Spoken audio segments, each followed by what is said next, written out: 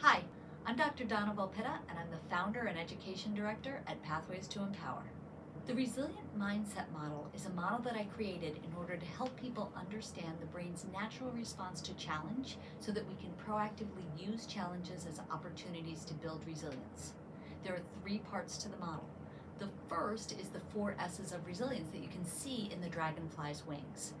Our response to challenge is our resilience, and that is guided by the way we think about 4 S's. Self, who are we, what do we stand for? Situation, how do we put that challenge into perspective and break it down?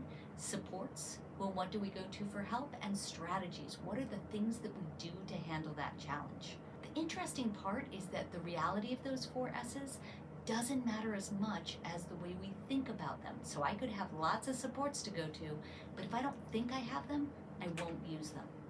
Good part about that is that we can use those 4 S's as a framework to prepare for, handle, and reflect on any challenge, good, bad, big, or small.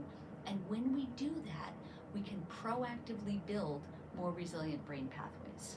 The second part of the model is the 4 characters that help us understand the brain's natural response to challenge. We think of decisions that we make as good versus bad, but our brains don't think in good-bad. Our brains think in long-term versus short-term. The ant is in charge of long-term decisions, things like putting money in the bank, going to the doctor, studying for the test, things we don't really feel like doing right now, but we do them because they're in our long-term best interest. The ant holds the tools of a healthy brain. When we have those in place, we're better able to foster our mental wellness, and we're better able to make those long-term decisions. The grasshopper represents the limbic system, our emotional brain. Grasshopper's in charge of the here and now. Doesn't really care if you study for that test or finish that project. Kind of wants to eat Cheetos and watch Netflix. The grasshopper is fun, it's that emotional brain, and it's a good thing. The grasshopper is also in charge of getting us out of the way of danger. So when we see a car coming at us, it's the grasshopper's job to get us out of the way. The grasshopper is strong and fast and immediate and can get us out of the way of that car. The grasshopper's also in charge of neurochemicals that we say are like little text messages that drive our behavior. And the grasshopper gets those. So this visual represents the fact that self-esteem isn't a gift that we can give someone. It's a neurochemical response we rob them of when we don't let them struggle towards success. The main job of the brain is survival, so there's a special part of the brain, the amygdala, that's always on the lookout for threats, and the glowworm represents that part. The glowworm's always on the lookout.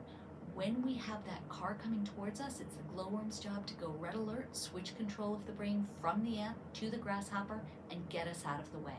What a lot of people don't realize is that the brain responds the same way to social threats and rewards as it does to physical threats and rewards. So the third part of the model is REACTS, which is an acronym for those social threats and rewards to the brain.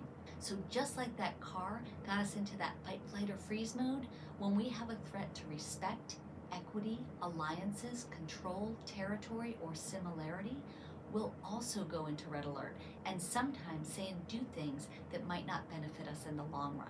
The last character is the dragonfly.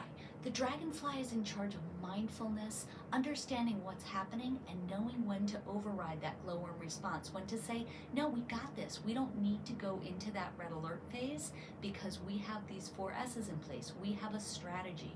We have an action that we can take to handle that challenge so that we don't go into that fight, flight, or freeze when we don't want to.